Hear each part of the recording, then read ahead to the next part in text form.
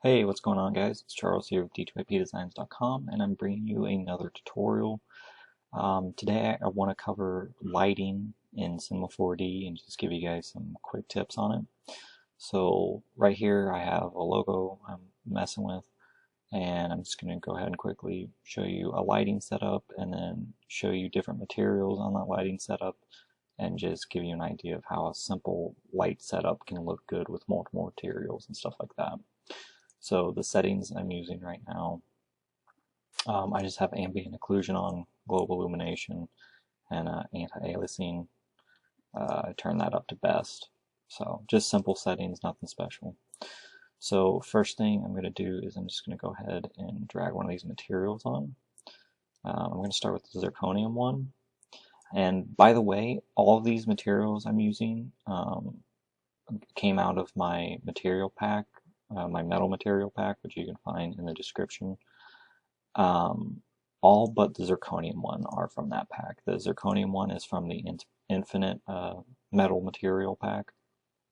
So anyway, let's go ahead and get started. So I just drug the material on. I'm going to go ahead and select the material and change this to cubic, make it seamless. And then from there we can start adding some lights in. So I'm going to go ahead and grab a target light. I want to go ahead and bring it in a little bit. I'm going to change the target location to kind of like the corner. Oh, did not mean to zoom in so much. I'm going to go ahead and put a lock on this camera since I don't really want it moving around. So I right click some of 4D tags and then protection, and that'll keep the camera from moving around. So I'm going to go ahead and adjust this light where I want it, kind of off to the side a little bit. And then I'm going to go ahead and change this color to kind of a slightly orange tint. Something like that for right now. And I'm just going to bring it down a little bit. And then I'm going to go ahead and grab out just a regular light, bring it up, and then I'm going to bring it forward slightly, not too much, and then I'm going to bring that down. Probably go back and adjust some of the stuff a little bit later. I'm also going to tint this one a little bit, maybe more of like a slight red color, something like that, kind of pinkish. And then I'm going to go ahead and grab out another target light. This one I want to bring around this way. I'm going to bring this one in from over here, kind of zoom it out a little bit. Maybe something a little bit more like that.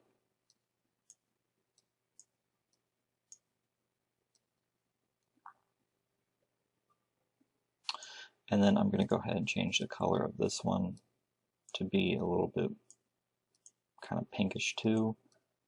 Turn that down. Let's go ahead and preview this and see how this looks. So there's how it looks now. You probably should see what it looks like before, so I'll go ahead and turn this stuff off real quick. So this is without any lights. You can't really see anything. I'll go ahead and turn off this stuff too. So that's what it looks like without lights. Go ahead and turn them back on. And this is what it looks like with lights. So you can kind of see how, depending on how your light is set up, you'll get different hues. And like this light over here is kind of projecting a nice edge on this. So what you can do, if you want to, is increase the brightness on this side and then alter the color, maybe make it a little more kind of orange. And you'll see you'll get this like sharp kind of orange edge contrasted by this more dark side. So, you know, that's cool. You can also come over here and decrease the lighting a little bit and get a different look, maybe change the color to more of a white. And that too, so now you have this really, really kind of dark edge with these sharp orange highlights. So there's that. I'm going to go ahead and take this back down and make it a little less orange. And I'm going to bring this one back up.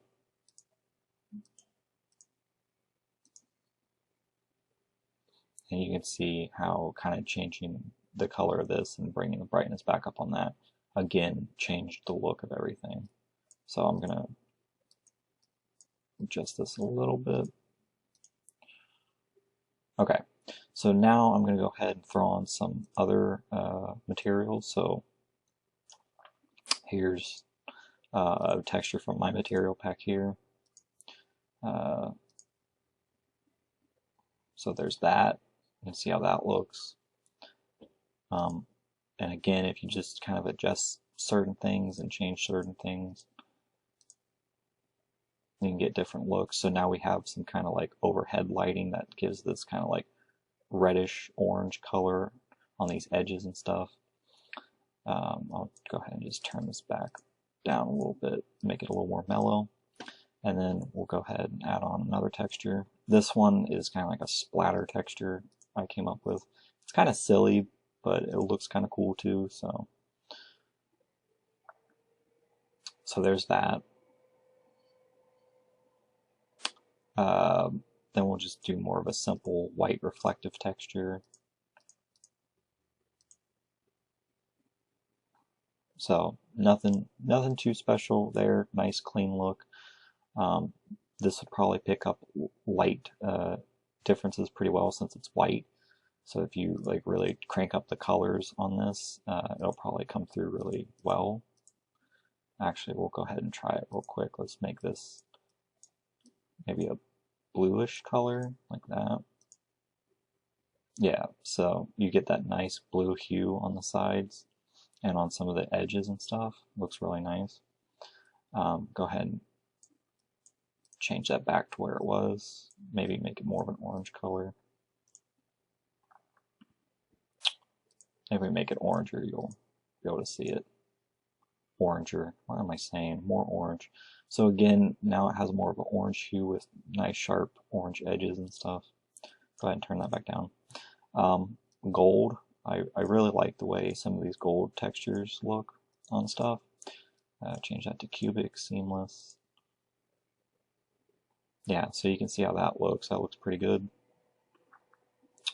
Nice gold color. And then we'll go ahead and throw the other gold on there and see how that looks. So as you can see, you can get some really nice looking materials. Excuse me, you can get some nice lighting pretty quickly that works with a lot of different materials. And you really only have to do some slight adjustments.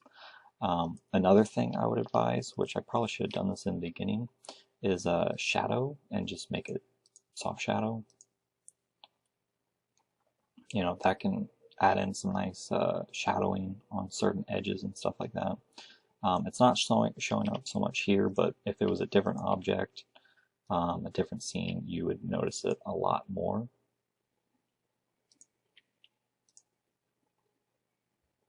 And that's pretty much it, guys. I just wanted to go over lighting stuff real quickly.